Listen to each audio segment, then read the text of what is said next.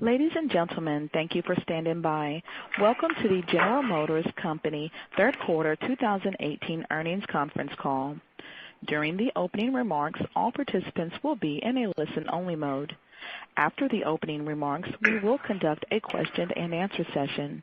To ask a question, press star, then 1 on your telephone keypad. To withdraw your question, press the pound key. As a reminder, this conference call is being recorded Wednesday, October 31st, 2018. I would now like to turn the conference over to Rocky Gupta, Treasurer and Vice President of Investor Relations. Thanks, Dorothy. Good morning, and thank you for joining us as we review GM's financial results for the third quarter of 2018. Our press release was issued this morning, and the conference call materials are available on the GM Investor Relations website. We are also broadcasting this call via webcast. I'm joined today by Mary Barra, GM's Chairman and CEO, and Divya Suryadevara, GM's Executive Vice President and CFO, and a number of other executives. Before we begin, I would like to direct your attention to the forward-looking statements on the first page of the chart set. The content of our call will be governed by this language. I will now turn the call over to Mary. Thanks, Rocky, and good morning, everybody. Thanks for joining.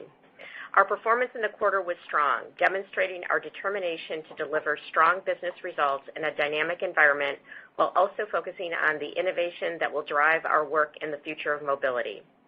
Looking at the numbers, we achieved a net revenue of $35.8 billion, EBIT adjusted of $3.2 billion, EBIT adjusted margin of 8.8%, EPS diluted adjusted of $1.87, and our return on invested capital adjusted of 25.6%. Adjusted automotive free cash flow was $400 million. In the quarter, we capitalized on the high demand in the crossover, luxury, and truck segments, in addition to record performance by GM Financial. As we continue to strengthen our automotive vehicle business with recently announced partnership between Honda, GM Cruise to develop and deploy a purpose-built autonomous rideshare vehicle. Based on the current rate of iteration, we continue to target commercialization in 2019 in a dense urban environment with safety as our gating metric. Now let's turn to North America. Where in the U.S., our go-to-market strategy drove record Q3 average transaction prices. In Q4, we intend to stay disciplined, but we will compete for every sale with our freshest products in years, including our all-new full-size pickups. We entered the quarter with lean inventories of our 2018 model year full-size pickups and focused on selling a very strong mix of SUVs, crossovers, and mid-size pickups with lower incentives. We expect retail sales volumes will increase in Q4 and beyond as we ramp up production of our new pickups.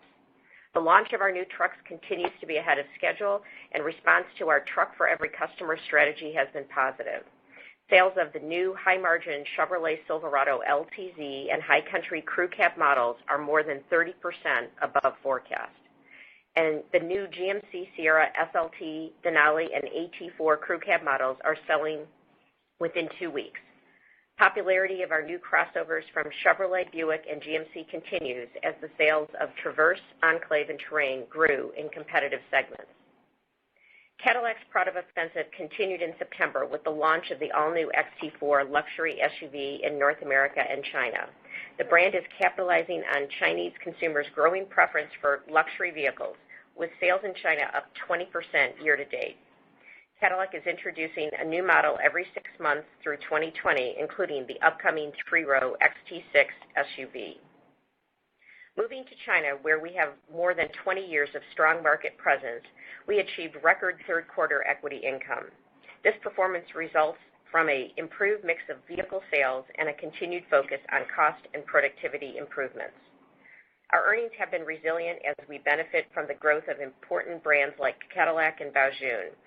As we focus on electrification and launch future vehicle programs, we have opportunities to continue to improve our competitive position. During 2 visits to China this month, I've had a chance to take a closer look at the macro conditions affecting industry performance. The recent weakness has been more significant in Tier 3 through 5 markets that have less of an impact on our financial performance in the third quarter. Additionally, our growing strength in luxury and premium segments helps offset the impact of the industry weakness. We continue with our plan to introduce 10 new and refreshed models in the second half of the year, including the Cadillac XT4, the Baojun E200 BEV, the Chevrolet Orlando MPV, and the Wuling Hongguan in the third quarter. In addition, in our international operations, we are beginning to realize cost reductions as a result of our restructuring actions in Korea. And in South America, we have managed the effects of foreign exchange headwinds as we continue to drive efficiency into the business, and we remain very confident in the strength of our Chevrolet brand there. As we look forward through the rest of the year, we expect full-year EPS to be at the top of our previously communicated guidance range with potential for further upside. This is due to our strong operating performance and a favorable tax rate outlook for the year. Before I turn the call over to Divya, I want to assure our owners that we are focused on creating shareholder value. As we close out 2018 and prepare for 2019, we are committed to improving all aspects of the business by accelerating the pace of and driving capital efficiencies due to our global vehicle development process improvements, while allowing us to continue to improve quality and speed to market, and by taking steps to transform the workforce to ensure we have the right skill sets for today and the future, while also driving significant efficiency. We will continue to update you on our progress in the near term. Now I'd like to turn the call over to Divya. Thanks, Mary. Our execution was extremely strong in the third quarter, even as we faced expected challenges from commodity pricing and significant currency devaluations in South America. As a result of our focused and disciplined execution, we generated $35.8 billion in net revenue, $3.2 billion in EBITDA adjusted, 8.8% margins, and $1.87 in EPS diluted adjusted, which is a Q3 record. Favorable tax rate and performance of PSA warrants contributed to approximately 30 cents of EPS impact, while our strong operating performance contributed to the remainder. Q3 adjusted automotive free cash flow improved by $1.3 billion year over year, net of our decision to opportunistically pre-fund $600 million of certain mandatory contributions related to our international pension plans.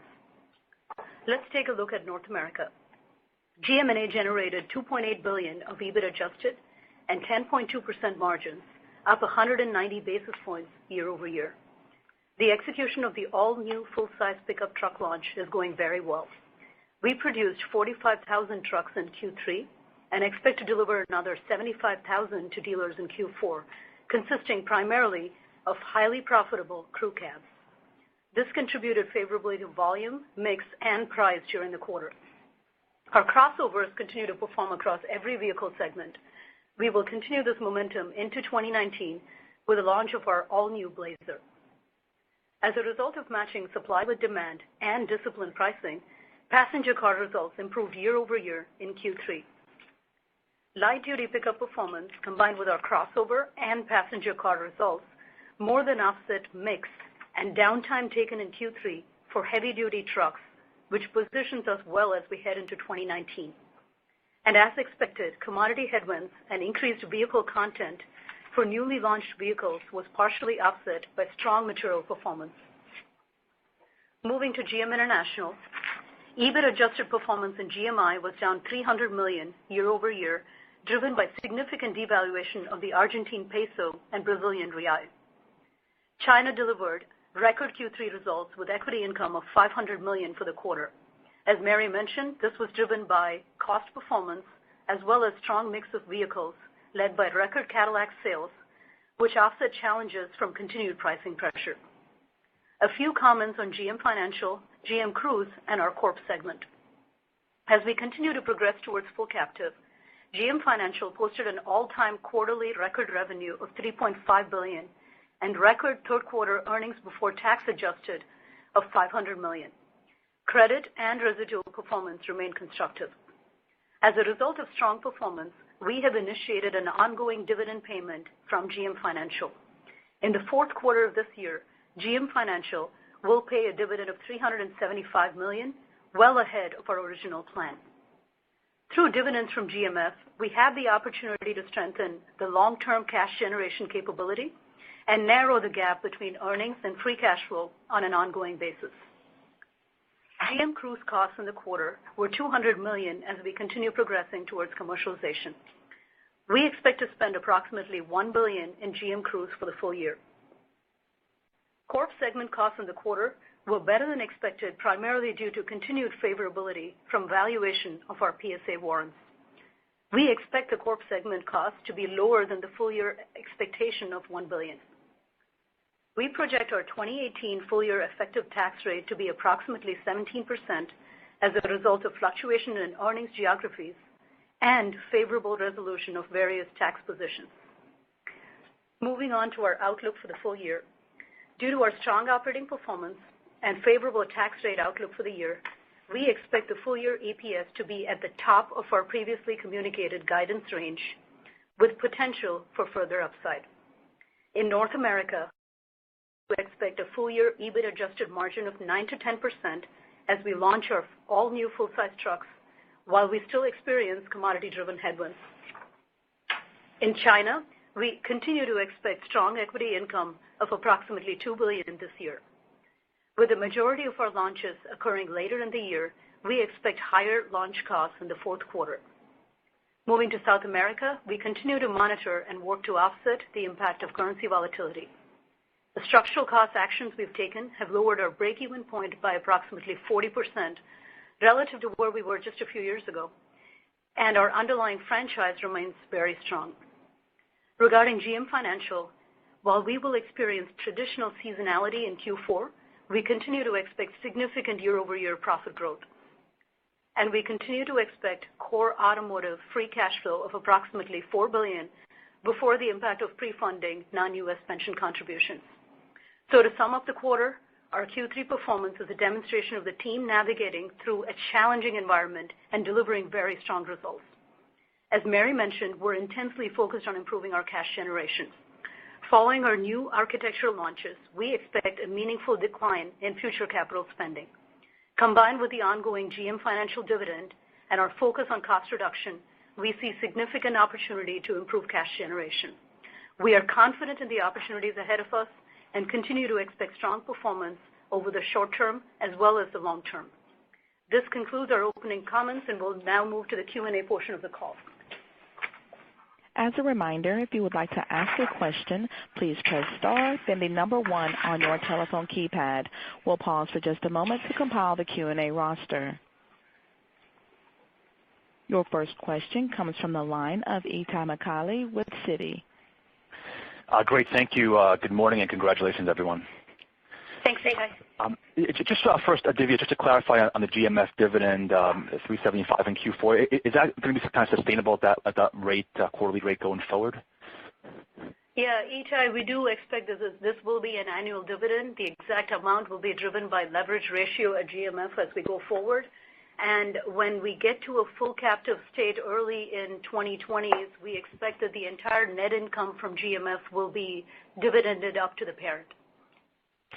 Great, that's very helpful. And then as we think about your progress going into 2019, I'd love to get the latest sense on commodity costs directionally as you renegotiate some of the one-year contracts, as well as just the ability of the business to continue to offset as you've been able to do, of course, here in Q3 in terms of the opportunities you're seeing to offset some of these headwinds.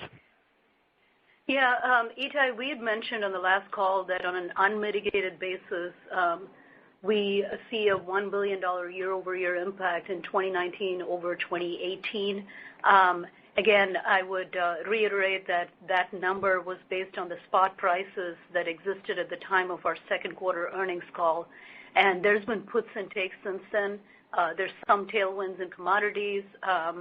There's some headwinds in the form of tariffs and so on. But I think net-net, you should think about it as that number continues to be valid on an unmitigated basis. But as we think of 2019, you should look at that in the context of all the other puts and takes we have, including largely completing the transition of our light duties. And as I mentioned, we have taken downtime already in 2018 as it relates to our heavy duties.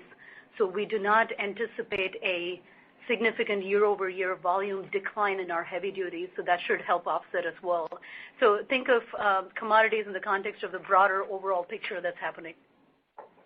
Great. And then just maybe lastly on GMI, kind of latest thoughts there. It was maybe a year ago at this time we thought GMI would move to profitability. Maybe an update on the GEMS platform and the Korea restructuring and kind of how you're thinking about that segment now the next couple of years, excluding China. I think, as I indicated, from a Korea perspective, we're starting to see the cost savings flow in. A lot of those were in this segment, so we see that and are very much on track for what we communicated as it relates to the Korea restructuring. I think when you look, there's progress being made in each of those markets, but GEM doesn't launch until next year, and so that becomes an opportunity there. We have continued in South America to improve the business, taking additional costs out, and have a very strong franchise there. So we see improvement coming across the board in GMI. Great. That's all very helpful. Thanks so much. Our next question comes from the line of Joseph Spak with RBC Capital Markets. Good morning. Thanks for taking the question. Just to turn to the free cash. I mean, originally you were saying $4 billion for the year. Then you have the $600 million discretionary pension. Now you're adding back $375. So, where do you think we should end up here for the full year? Yeah, Joe, I'd think about our free cash flow guidance as consistent with the $4 billion that we alluded to in the second quarter. If you look at the pension pre-funding, again, we took the opportunity to risk manage that and get some of the mandatory contributions over with in 2018. But if you look at the underlying cash generation capability of our core business, it remains at that $4 billion level, which is very strong. And as we look into Q4, we expect that quarter to be where we are going to generate a significant portion of our cash. It's going to be a very strong free cash flow quarter. So I think about it as free cash flow guidance remains intact, as well as the ongoing GMF dividend initiation. You're going to see the impact of that as we go forward into 2019 and beyond. So just to be clear, the $4 billion inclusive of the pension. The $4 billion is before the mandatory contributions. It's $3.4 billion net of pensions. Okay. We guided to $4 billion on a core automotive basis, and that continues to be the cash generation capability. Okay. And then just, in GM&A, I think in the past you were sort of, pointing us towards that fourth quarter would be the strongest quarter of the year. Obviously, there was good performance here in the third quarter. Is that still the case, or was there some timing between the two quarters? We expect fourth quarter to continue to remain strong, Joe. And the favorability we're seeing in Q3 as it relates to our T1 launch should continue into Q4. From a factory unit sale perspective, we expect that Q3 and Q4 will be roughly in line with last year, and Q4 will actually be up versus Q3 from a factory unit sale perspective. We're continuing to expect strong crew cab penetration within our sales as well. So if you overall look at the 9 to 10% guidance for North American margins, I would expect Q4 to be on the higher end of that range. Okay. And then just last quickly, in China, I know there was this over 3 million unit recall. Does that impact that guidance at all? And if so, in which quarter? No. It was not a material impact. Okay, thank you. And it's happening underway right now. Okay, thank you. Our next question comes from the line of Rod Lache with Wolfe Research. Good morning, everybody. Congratulations. Thanks, Rod. Was hoping to get a little bit more color on China. Your wholesales this quarter were down 4%. I think your retail was down 15%. So I was hoping maybe you can give us a sense of the components of the earnings bridge and how things are playing out. So in other words, if we were to have a plus or minus 5% from volume, what does that imply for the impact on GM, and what do you have kind of in the pipeline in terms of positive mix that's offsetting that? Yeah. So typically, Rod, just from an earnings bridge perspective, we experience about mid-single digits type pricing pressure on a yearly basis in China. And on a high level, how I would think about that is offset roughly half by mix and half by cost. And that's sort of been the trend over the last several years. And what we're seeing from a mix perspective, especially as Mary mentioned, as we launched our new Cadillac entries here, that's been particularly strong. And from a volume perspective, I think it's important to highlight where the volume comes from would have a different impact on profitability. For example, tier 3 to 5, where we're seeing a bunch of the weakness that Mary alluded to, that tends to be our less profitable portion of the market. Tier 1 to 2, we're seeing less of a decline there. And luxury, again, the market is actually up year over year. So it's, from an overall puts and takes perspective, I would continue to think about this as a strong performance and cost, as well as mix continuing to be a tailwind from a Cadillac perspective as we continue our launches. Can you provide us with some kind of a sensitivity at this point on average for what a 5% move in volume would be? You guys have done that in the past, but mix obviously has changed a lot. Yeah, it's again, difficult to predict because it matters where it comes from as well. So I wouldn't go into that level of detail. And as I mentioned, it's too mix dependent. So if you're in a backdrop where volumes are declining, but again, luxury is holding up, you get a different answer. So it's hard to handicap that. Okay. And can you just give us your kind of high level, maybe 30,000 foot view on China? There's been a lot of discussion lately about a stimulus of some kind that's maybe coming, maybe a purchase tax cut. Obviously, there are a lot of other elements that are going on in China as well, vis-a-vis credit and so forth. So how do you see this playing out from a high level? Obviously, Rod, we're watching it very closely. As I mentioned, I've been there twice in the last month, and we have a very strong joint venture in China with SAIC and have very strong brands. We're seeing growth in Chevrolet. We're seeing very good growth from a Cadillac perspective. And we have a very good launch cadence of products coming out that are getting really strong reception from consumers. We have not seen any negative, view toward our brands, and I think that's very positive. So I think we have an organization there that is extremely disciplined on taking costs out and seizing opportunities to improve our go-to-market and then the products that we have from a mix perspective. So, we're watching it carefully, and we're very hopeful that both sides will have dialogue and get to the table to work through some very important issues that both China and the United States have as it relates to trade. And we're hopeful that there'll be a foundation laid, and they'll continue to do that. But I think when we look at our positioning, we have many levers that we can pull to continue to have strong performance in China. So, but at a high level, are you expecting China to recover at some point as a result of? I understand that there's some company-specific positives, but are you expecting China to start to look a little bit better as some of the stimulus measures start to have an effect? We're watching that closely. I can't predict. We all read the article that came out that they're considering the incentives. Obviously, that would be a very good measure from an industry perspective. But I don't know. I can't comment if that's going to happen or not. I think they're looking at it closely, and we expect to see actions taken that are going to allow the market to continue to be. I wouldn't say maybe growth that we saw a few years back, but continue to be at an important level. And let's not forget, even at a 27 million type unit market, it's still it's the largest market in the world.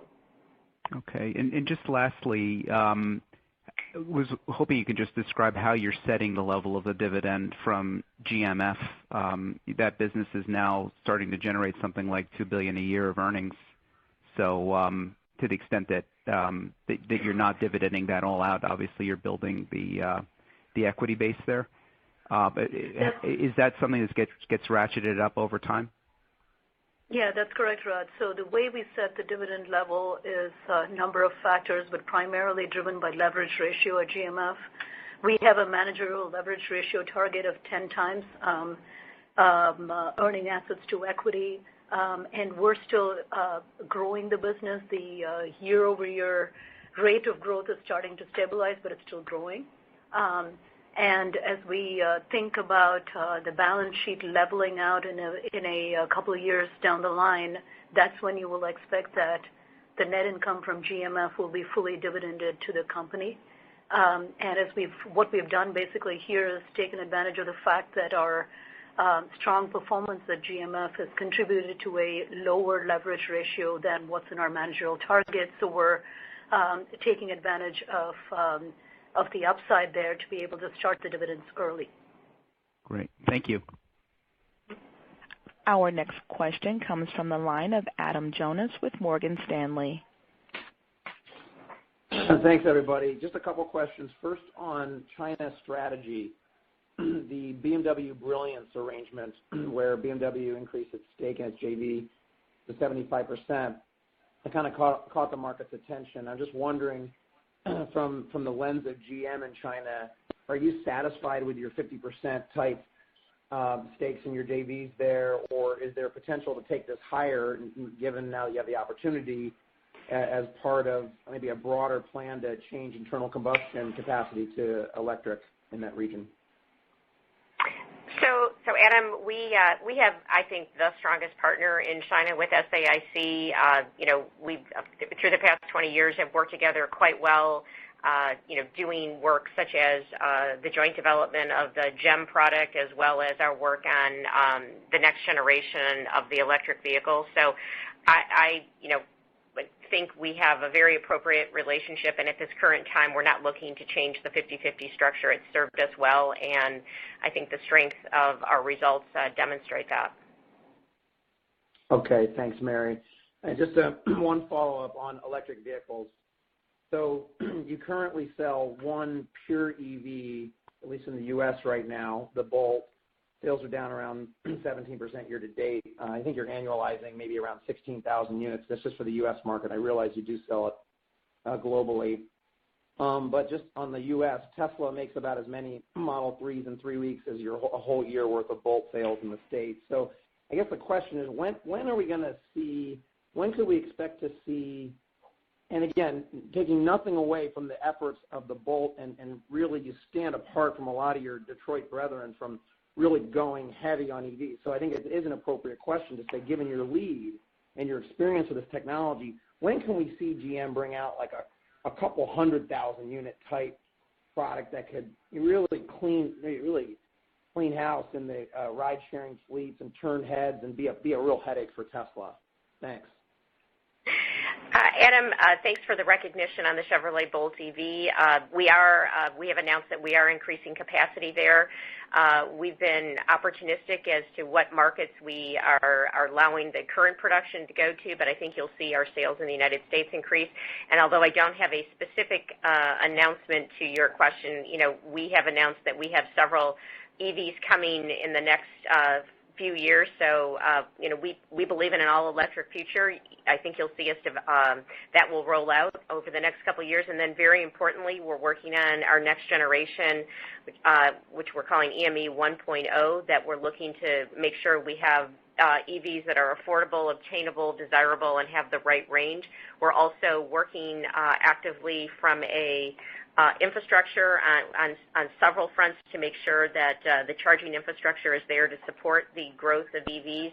And even most recently, which was announced, we're working with Delco Electronics on a fast charging technology, because I think as we look at it from a customer perspective, what do they need to really get the growth to make the EV their only car as opposed to their third, fourth, or fifth car? You need to solve the charging infrastructure. Fast charging is a big piece of it. So, we're very optimistic and we're 100% committed, but I don't have specific volume announcements to make today. Okay, thanks, Mary. Thanks, team.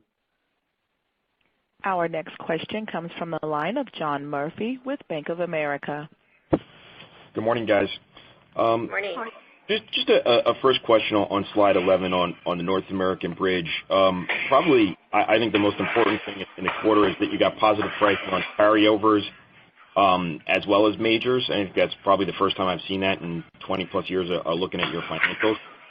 What's going on with the pricing there? I mean, that's a wild positive action that you were able to get positive pricing on carryovers.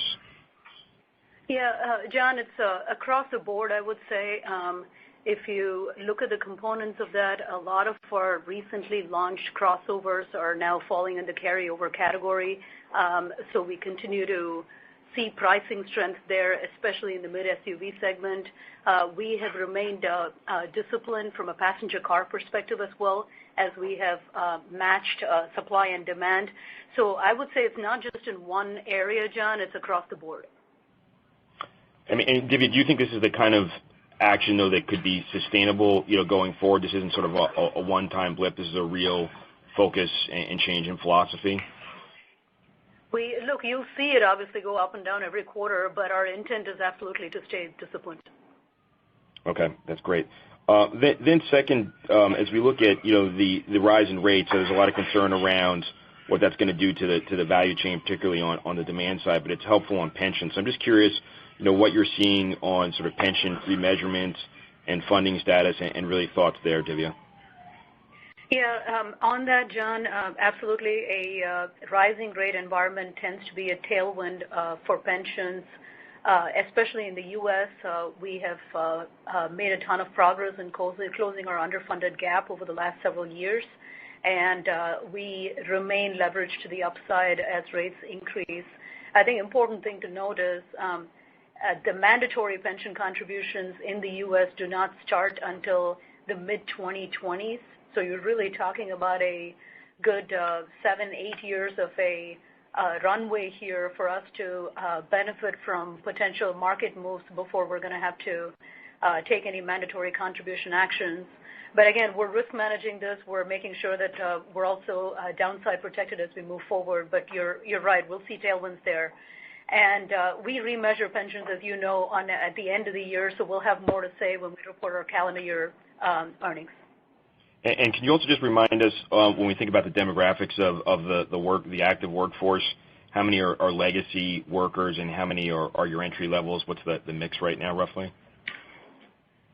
No, I don't have. I think it's about roughly 50-50, we should say. We can confirm that. Okay, and then just lastly, Mary, when you talk about safety as the gating factor on the Cruise commercialization and real, widespread launch, how do you measure, that safety? I mean, obviously not hitting things is obviously a very critical one. That's a very simple one for us to see. But not to make light of this, but how do you really get comfortable with sort of the risks in the real world? Because they're always going to be out there, particularly when we're in a world of some of these, regular human, crazy drivers that the cars have to deal with. I mean, how do you think about that, and when do you just let it go? Well, I think the fact that we're doing our development in downtown San Francisco gives us probably the most exposure to those types of situations, not only drivers but bikes and all sorts of activities. We did release our kind of guide to safety that was part of the guidelines that NHTSA is looking for. But I would say we haven't released details because we think it's a competitive advantage. We have done extensive work to understand how we will measure through actual road performance simulation. We've gone back and looked at historical patterns as it relates to safety, and we have a very well-defined plan of what we have to demonstrate that the AV is safer than a human driver, and that's the path that we're on. And so when we talk about gated by safety, we are measuring ourselves against that plan that also had external input. And that gate will get lifted with the commercialization in 2019. Is that a fair statement or assumption? So, our intent is based on the progress and the rate of iteration that we're making that we see a path to be able to do that. But as we demonstrated with Super Cruise, we will make sure we hit our safety metrics before we launch and commercialize. But, right now the rate of iteration says that we're believing we can do that in 2019. Okay, great. Thank you very much. Our next question comes from the line of David Tamberrino with Goldman Sachs. Hey, great. Really good looking quarter. I want to dig into a thread from earlier on free cash flow because I think there's some confusion on this. The original guidance was for the last quarter's guidance was for $4 billion. You took a $600 million prepayment contribution on pension, so roughly 3.4. Does that 3.4 include the dividend from GMF, or would that be on top of the 3.4, getting you back to around that $4 billion? It includes that, David. What we were not able to pre-announce was the dividend because we had not, the GMF board of directors had not declared it at that point, but it was contemplated in our guidance. So you're correct, $4 billion core automotive free cash flow generation. When we pre-fund the pension piece, that comes down to 3.4, both of which already contemplate the GMF dividend. Okay, just under-communicated. Understood. On the cruise automation spend this year, you're only about $500 million. I know I've asked this like 2 or 3 quarters in a row now. You're still expecting $1 billion for the year. What's the ramp up that you're going to be seeing that you're going to double year-to-date spend in the fourth quarter? So, we're hiring and continuing to do that development to the plan.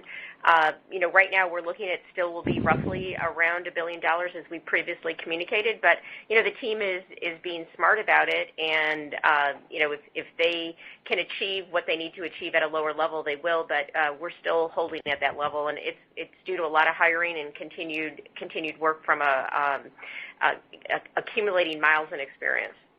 Okay, but there's not like a large increase in the fleet that's coming or an expansion in a new city that's going to drive that incremental spend? Because that's all we can think of that could kind of get you there. No. Okay. And then for the quarter, commodities headwind in North America was $300 million. I know this was asked a little bit earlier, of $1 billion for next year unmitigated. What was this quarter's gross unmitigated, and how much were you able to essentially mitigate? Just trying to get a sense of how effective you've been.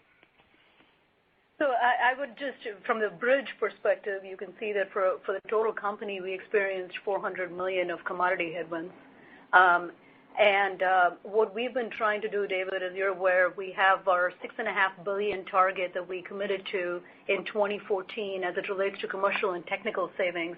And we've been continuing to execute on that, and we remain on track to achieve that by the end of this year. And you see material performance in our bridge of $300 million that serve to offset some of the commodity headwinds we're talking about. And obviously there's broader puts and takes outside of commodities as well, where we've seen strength in a number of other areas that have offset commodities. And looking into 2019, again, too early, our purchasing team is having those discussions as we speak, and we'll have more to share early next year. Okay, to clarify that point, though, earlier in the year you'd talk about gross impact and what the mitigated impact was, and I believe this $400 million is the mitigated impact. What would have been the gross impact for the quarter before you took any mitigating factors? Just to clarify, the over $1 billion stands at over $1 billion still. So we had $1.4 billion, and we're roughly in that zip code currently from a commodity headwind perspective, and $400 million is what you're seeing of that $1-ish billion flowing through in this particular quarter. And the mitigation is after that, and which is the $300 million of material performance that you see flow through in our bridge. Okay, very clear. Thank you very much. Great looking quarter. Thanks. Thank you. Our next question comes from the line of Ryan Brinkman with J.P. Morgan. Hi, good morning. Thanks for taking my questions. Sure. Firstly, another one on China. The latest speculation, as was discussed, is that the sales could rise from here if the government reduces the purchase tax on new vehicles, and I hope that does happen. I wanted to ask, though, if you have done downturn planning in that country similar to what you have done in the U.S. So, for example, in the event that there were a material downturn in China, I know there hasn't been before, but something on the order of magnitude of like 25% peak to trough like you discussed in the U.S., what would that mean for your operations there? Do you think you would be profitable in that type of a scenario? I think you would be, given you just generated a record profit on a 15% volume decline. But curious if you could dimension how a material downturn might impact you in that region, and if it is any harder or easier to pull cost levers on, say, the people side in China in comparison to, say, in North America. So we have done that planning at both a moderate and severe levels. That's something that I just reviewed this past week, and it's something we update on a continual basis. It's hard to completely quantify it based on, tell me what's driving it, tell me what the mix will be, where's the impact most from a tier 1 to tier 5 city perspective. But we have done that with a wide range of sensitivity analysis based on those factors. So I can't really share a specific number. We do have flexibility with the workforce. As you know, from a U.S. perspective, one of the things that benefited us from the 2015 contract was the ability to have a more flexible workforce. And so we are, every year we grow and have, I would say that it increases from a North America perspective. We have that with the workforce in China as well, especially as we look at the temporary workforce that we have there. So been very well modeled, continually monitored. Okay, thanks. And can you speak to the degree to which the record GM financial results in the quarter were helped by structural factors that we can expect will continue, like portfolio expansion, et cetera, versus maybe, some more temporal factors, such as presumably stronger auction prices during the quarter?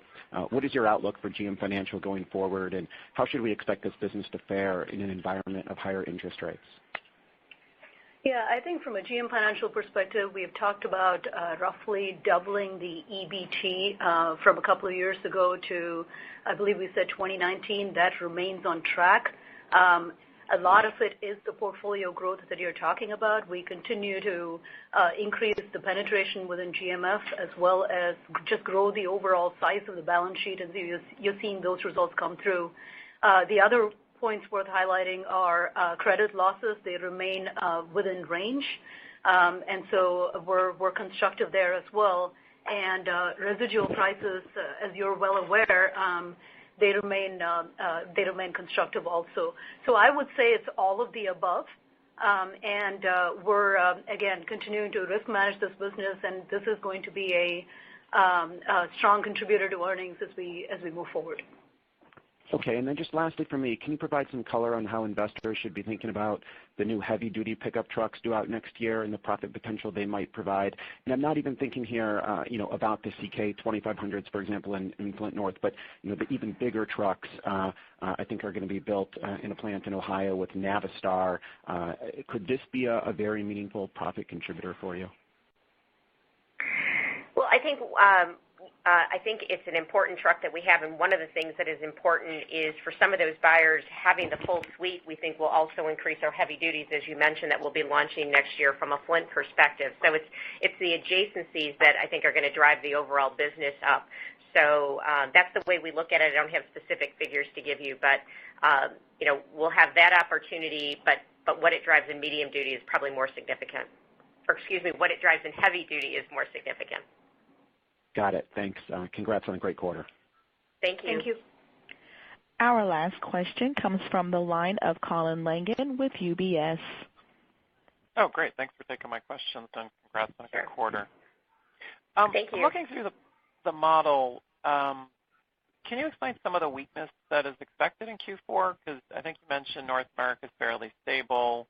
I guess cruise gets a bit worse. Maybe other gets a bit worse. But what is the big driver that's sort of implied, even at the high end of guidance? It seems like there's a core deterioration quarter over quarter. Yeah, so I would say, Colin, a few things. One, we expect in Q4 all the core operating segments to continue to be strong. I already talked about North America, where we're going to continue to see tailwinds from T1, as well as the crew cab mix that I alluded to. So North America will continue to remain strong. I did mention the launch cost-related factors that we're factoring into China, but again, the $2 billion equity income is reiterated. In South America, the FX continues to be the question mark over there. We've seen some tailwind after the elections, but we're going to have to see what happens in Q4 from an FX perspective. GMF tends to be, from a Q4 perspective, the seasonal low point. But again, you've seen, to the prior question as well, significant profit growth year over year in GMF. So if you take a step back, the core operating items remain intact. What we really want to be mindful of is non-operating items such as PSA warrants, for example. We saw tailwinds during this quarter, and that's really going to be driven by what the stock price does there, and that's a non-operating item. And FX-type macro items that we want to be mindful of, but we will see continued strength in Q4 from the operating side. Got it. And I noticed in the walk you mentioned crossovers as negative mix. In the past, that used to be cars. Is that, there's a lot of concern about SUV profitability. Are crossovers getting less profitable, or is it just the mix now of cars is so small that crossover versus pickup is a bigger drag? I think it really depends on which segment within crossovers. I think if you look at small and the compact segments, you're probably well aware, Colin, there's a lot more competition there and there's pricing pressure there. The mid SUVs continue to perform really well, so it's really segment by segment within crossovers. And lastly, there's a recent article on Cruise highlighting people saying there's technology challenges there. Any comment on that media report? And is the 2019 launch in San Francisco still on track, or is that at risk of being delayed? Well, we haven't explicitly said where that launch is going to be, but we are doing our testing in San Francisco. But look, we continue to iterate rapidly. When you step back and look at this is really, I think what is happening is people are realizing this is really hard. And so when we take the work and the expertise that we continue to grow at Cruise along with the auto expertise and combine that, we're working hard to solve that challenge. I mentioned before we have a well-defined plan on how we'll look at safety, and we'll be gated by that. And, really launching in one city is just the first step in what will be a multi-year, probably over decades, transformation of how people move from point A to point B. So I think we need to keep that in perspective. There was also comments made about miles, and I want to remind everybody that a mile is not a mile when you're doing AV testing. Clearly, the most complex miles that we're gaining experience in San Francisco are very valuable, and so we're being efficient in driving the miles that we need to drive, getting the maximum learning as we move forward. So I think that's the way we're looking at the business, and I think it's a balanced view. But as I said, with the rate of iteration we're doing, we still believe and are continuing to target 2019 deployment. Great. Thank you very much. Thank you. I'd now like to turn the call over to Mary Barra for her closing remarks. Well, I want to once again thank everybody for participating on the call. And to sum up the quarter, I'd like to point to the fact that our strong results demonstrate our commitment to execute our plans amid industry headwinds. We continue to adapt and take actions necessary to create shareholder value through our strong and growing franchises, as well as our leadership position in the future of mobility. The management team is resolved to take actions to strengthen the business, and we have driven downturn protection and disciplined capital allocation into the business, and we also have an intense focus on generating cash. As we continue to operate in a dynamic business environment, we are fully focused on increasing our speed of execution as we transform GM and the future of the industry. So thanks again for joining today. I appreciate all your questions and interest. Ladies and gentlemen, that concludes the conference call for today. We thank you for your participation and ask that you please disconnect your line.